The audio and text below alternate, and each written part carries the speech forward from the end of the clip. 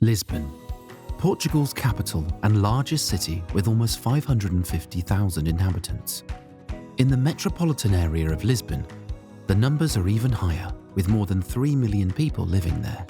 It's one of the oldest cities in Western Europe, and according to the legend, Lisbon was founded by the Greek hero Odysseus.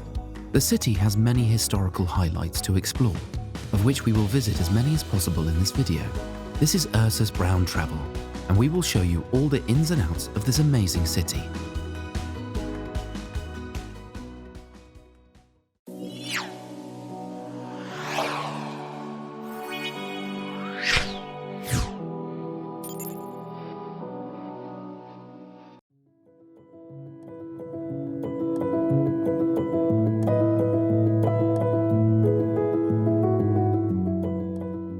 We begin our exploration of Lisbon at one of Lisbon's most appealing buildings. The Geronimos Monastery is one of the most prominent examples of the stunning architecture in Lisbon.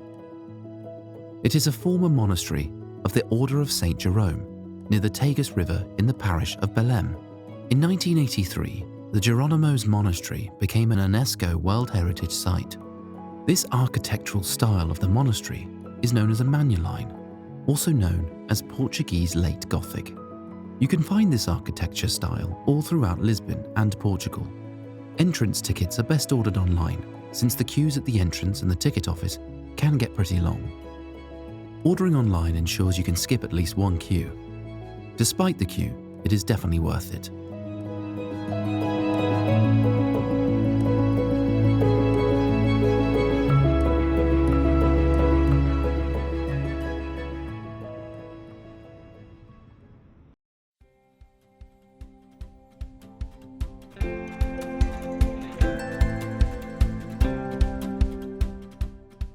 We continue our journey to the Belém district, the Tower of St. Vincent to be exact, also called the Belém Tower. This tower is a 16th century fortification that served as a point of embarkation and disembarkation for the Portuguese explorers.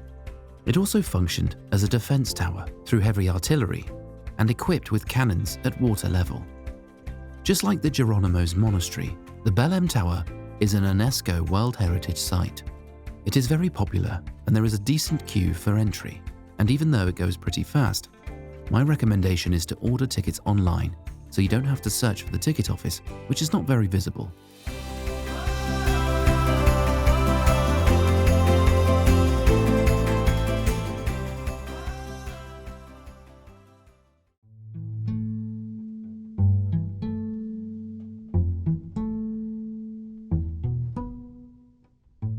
The National Coach Museum is a museum with a wonderful collection of carriages. It is one of Lisbon's most visited sites, and when you visit the museum, you will quickly see and feel why.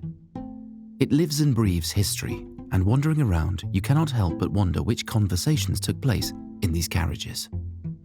The museum has one of the most unique collection of carriages in the world.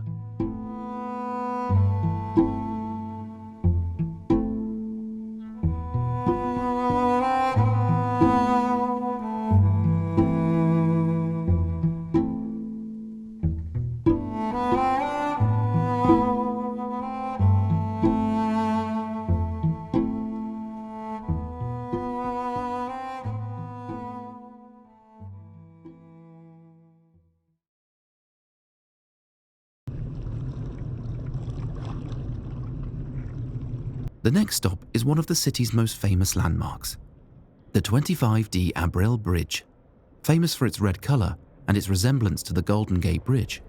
In fact, the design and construction were done by the same person and company.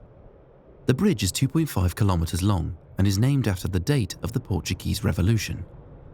At its highest point, the bridge hangs 75 metres above the Tagus River. On the southern riverbank of the bridge, you can see the giant statue of Cristo Rei that was inspired by the statue Cristo Redentor in Rio de Janeiro. There is a viewpoint you can only reach by foot with the lift at Pillar 7 Bridge Experience. Despite it may seem boring beforehand, it really is a very enjoyable experience.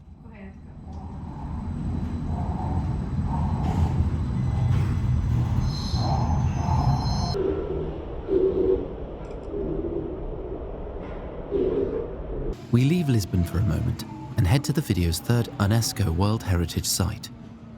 By train, we headed to Sintra. Sintra, Portugal's fairy tale that can live up to the hype. The most famous building in Sintra is Palácio Nacional de Pena. The colours, the architecture, and the vibe is fairy tale-like. So it is no surprise that for some years now, it has been one of Portugal's 7 wonders. The inside is also worth seeing, but bear in mind that you can't walk around freely, and you are actually led through the palace in line step by step.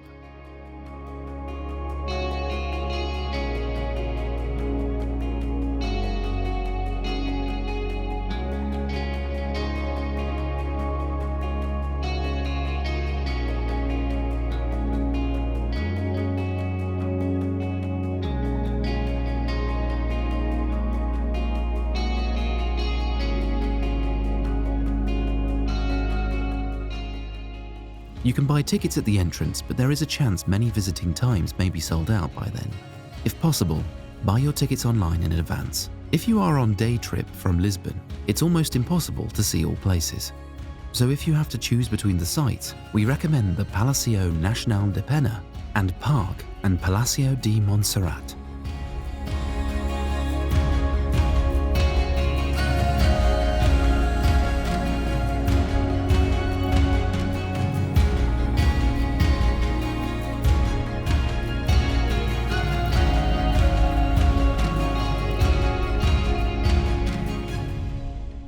The amazing park and Palácio de Montserrat is something you should definitely see in Sintra. In fact, we like this even more than the Palácio Nacional de Pena because its tranquility and beautiful nature. In addition, the palace itself is also very impressive, and because of its more peaceful vibe, you can walk around freely here. Both the palace and also the different types of gardens surrounding the palace are truly amazing to wander around.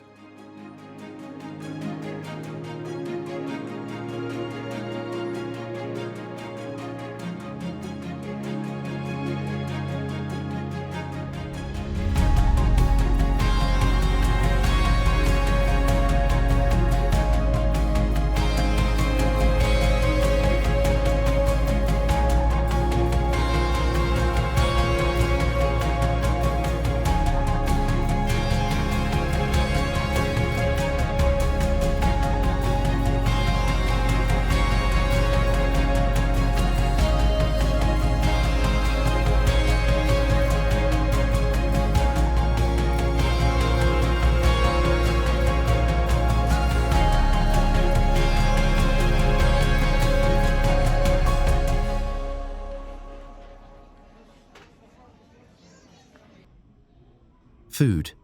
It's a joy in Lisbon. Many restaurants and lots of delicacies. Everywhere in Lisbon you can find something to your taste, but there are 2 food markets in particular that we would like to show you because the food here really is fantastic. The first is Mercado da Ribeira, also known as the Time Out Market.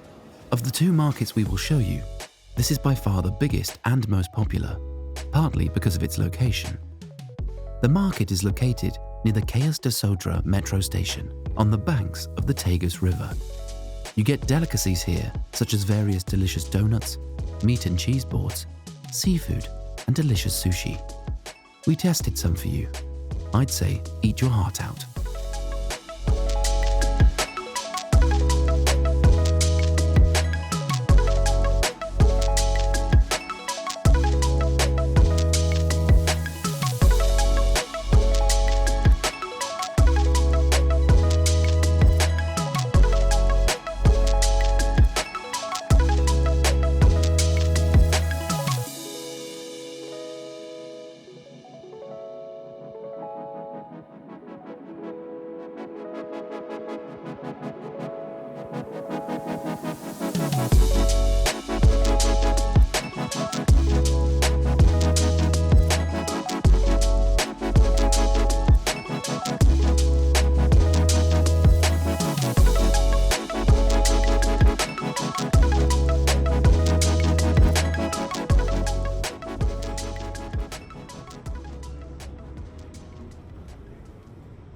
The second market is considerably smaller and is also not in the tourist area of Lisbon. Mercado de Campo de Ourique is a neighbourhood food market and is the smaller version of the above-mentioned time-out market. You will spend some time travelling by metro, tram, bus or Uber. But if you want a market with good food and plenty of choice, but without the crowds, then this is the place to be.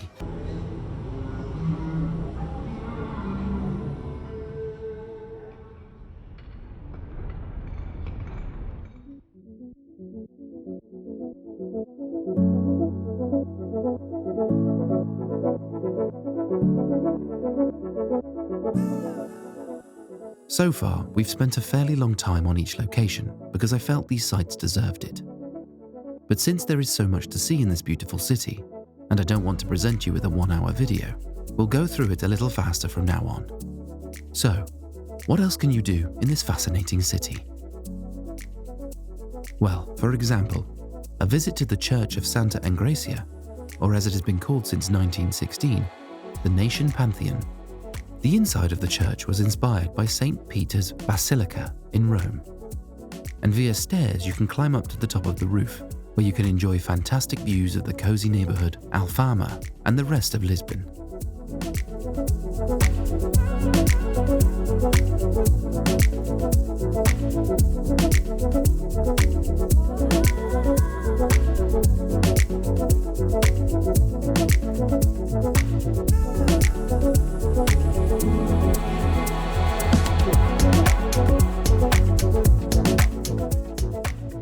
From the National Pantheon, you can reach the Castelo de São Jorge by foot through the Alfama neighbourhood. Castelo de São Jorge is a castle from the 11th century and is a royal residence, with ruins of the palace and an archaeological museum. Lisbon's most famous castle sits on the city's highest hill and overlooks the Tagus River.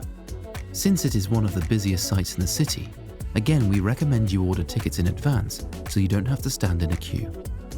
We found it interesting to see, and maybe it was because we had already seen a lot, but we found the quality-price ratio not quite up to par.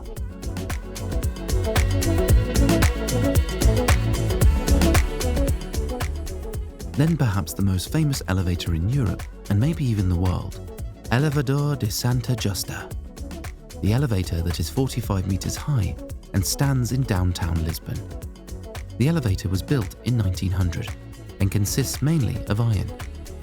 Perhaps the construction style reminds you of another famous landmark in Europe, the Eiffel Tower. That is not surprising, as the designer was absolutely crazy about the Eiffel Tower. Little tip, go from top to bottom instead of the other way around. That way you won't have to stand in line for 1 hour like we did. The exit or entrance at the top, it depends how you want to look at it, can be reached via the road Pedro de Menezes on the right of the Convento do Carmo. Speaking of the Convento do Carmo convent, it can be combined well with your visit to the above-mentioned elevator.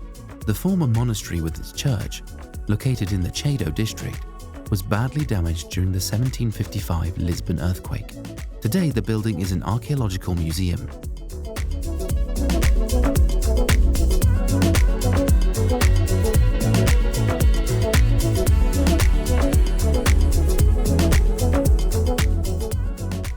If you like cathedrals, Lisbon Cathedral is definitely worth a visit. If you are not really interested in cathedrals and have little time, I would skip it, because there are more beautiful sites to explore.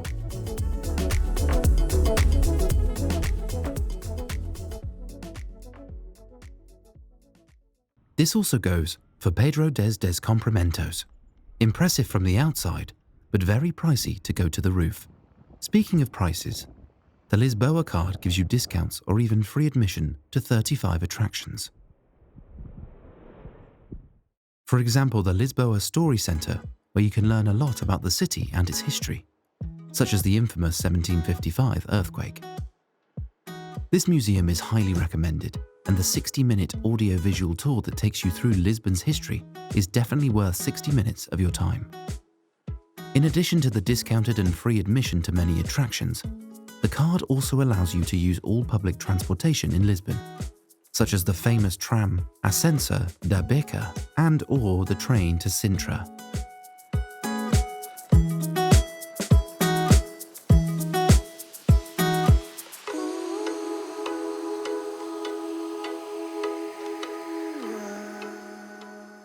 Our visit to Lisbon comes to an end, and we enjoyed ourselves in this fascinating city. Finally, I would like to draw your attention to our wonderful stay in Lisbon. Alcantara Lodge has provided us with all our needs. The hostess is wonderful and was very dedicated to making our stay as comfortable as possible. I will put the link of the apartment in the description of the video.